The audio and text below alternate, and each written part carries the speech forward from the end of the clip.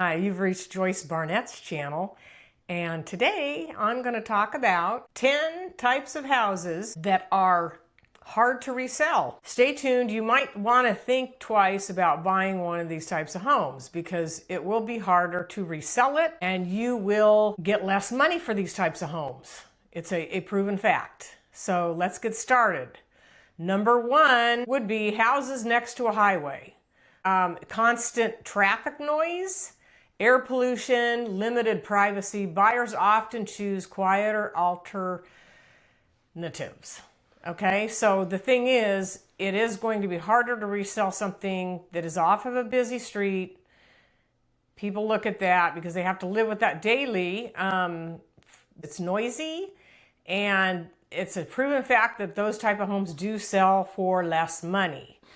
How much less money? It just depends on the size of the home, the location, and all that stuff. So, but you do get quite a bit less for a house that's on a busy street.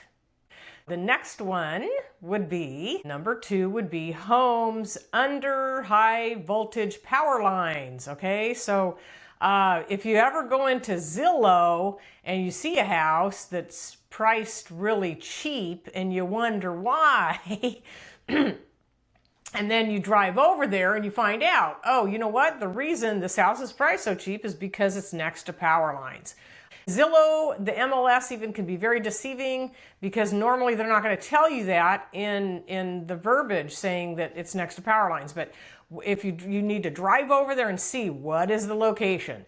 So if it's next to power lines, that's going to definitely sell for less because people hate that. It's perceived, there's perceived health concerns, unattractive views, reduced curb appeal. So that's definitely not appealing, okay? So now number three would be flood zone properties. Okay, expensive flood insurance. It costs a lot of money now to get insurance, just regular insurance. So when you tack on flood insurance, which if you're in a flood zone and you're getting a loan on the home, yeah, they're going to require you to have flood insurance. That could be very expensive. Higher risk of water damage, fewer interested buyers. So you have to look out for that. I'm not saying don't buy it, but you know what? Think about it twice before you run out and buy something in a flood zone. Because if there is ever a flood also, it can turn into quite a bit of inconvenience for yourself.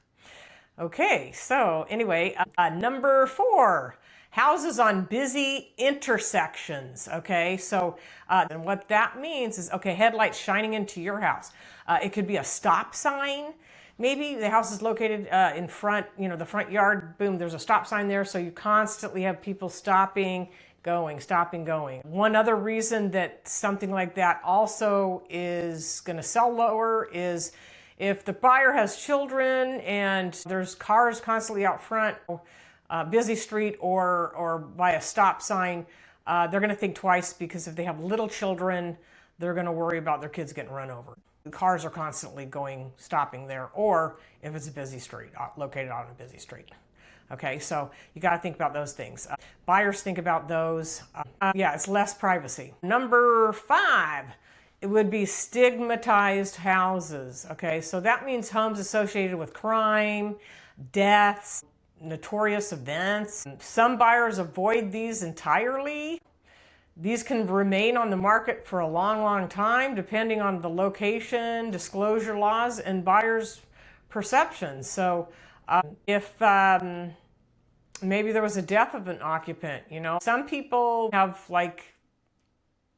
they're scared of ghosts, or they're scared that there might be spirits or whatever, a lot of people don't want that. So you're going to get less money for something like that. Okay, so any stigmatized houses is going to sell for less money, especially, like I said, a death or a murder. And if somebody died peacefully, that's definitely a plus, but you still have to disclose it. In California, it's within the past 3 years, you're supposed to disclose a death in the property. If it's a murder, then of course, yeah, a murder is going to be a lot more relevant to a buyer than if they died peacefully. But still, you're going to get less money if there's a death in the property, and you have to disclose that. And it is by law, you do have to disclose that within 3 years. Number six, highly customized luxury houses. Okay, so we're talking about homes that are customized where maybe the person selling it wanted a big theater room.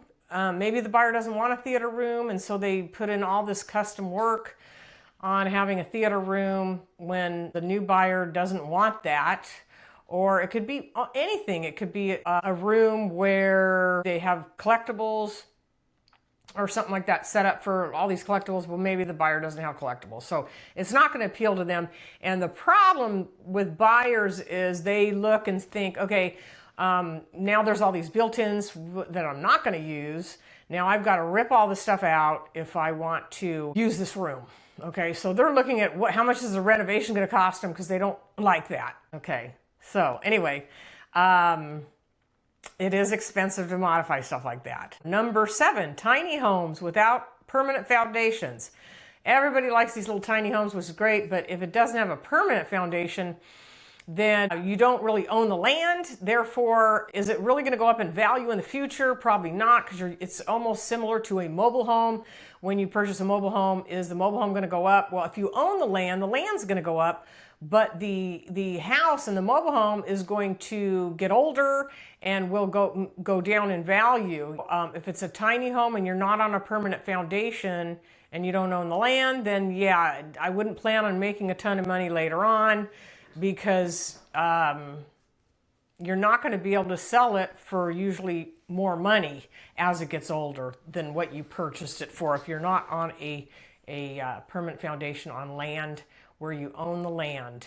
Also, on these mobile homes or small little homes, if you don't own the land and you're leasing it, then you have association dues that you have to pay somebody else. So it kind of defeats the purpose of actually owning real estate when you're paying these fees, because they can raise those. The best thing about real estate is when you don't have the HOA or a management company raising it on you. That's when real estate becomes more lucrative, because you own it and you don't have somebody doing that.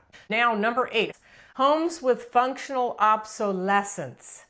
Awkward layouts. Bedrooms accessible only through another bedroom. Tiny kitchens. Only one bathroom in a large house. Costly to remodel all that. So if you see a 3-bedroom, 1-bath, big, huge house, or a 4-bedroom, 1-bath, which I've seen before, the problem with these is if you go to put another bathroom in, you have to figure out where are you going to put the bathroom, how much is it going to cost to renovate it. It will bring more value later on if you get a good price on it when you purchase it, because it only has a 4-bedroom, 1-bath. If you do renovate it, there could be a possibility that you'll make more money later on if you renovate it, but it's very costly to renovate it, to add a bathroom. So you got to really check into, do you want to spend that extra money? We're talking about buying it and then not doing anything and trying to resell it later on. You're going to get less for it than the other homes because of that. Number 9 would be properties near industrial facilities. That would be if you back up to an industrial facility, which I've seen, and that can be noisy, or maybe there's environmental concerns.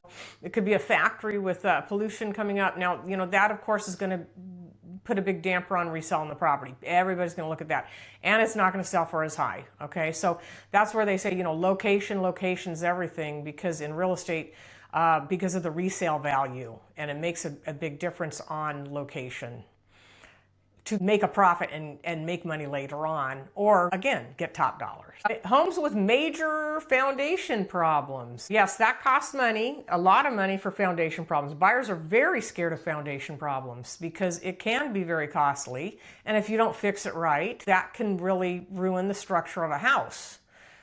Lenders may require repairs before doing a loan on it, or they may just be cash financing, and you have to worry about future structural issues. So it's good to have a structural engineer come out and inspect that. If you're planning on buying anything that has, foundation problems, have a structural engineer do a report to find out what it's going to take to fix the problem, and fix the problem right. So anyway, I hope you enjoyed my video. I'm Joyce Barnett, and please like and subscribe. I'm a real estate broker of over 35 years in Southern California. If you need an agent, please feel free to call me or email me, and I will be happy to come out and list your home, or if you're buying a home, represent you as your buyer's agent. again, lots of experience here and would love to work with you. So just feel free to give me a call if you are looking for a realtor in the Southern California area. Thanks for watching, and I'll see you in the next video. Have a good day.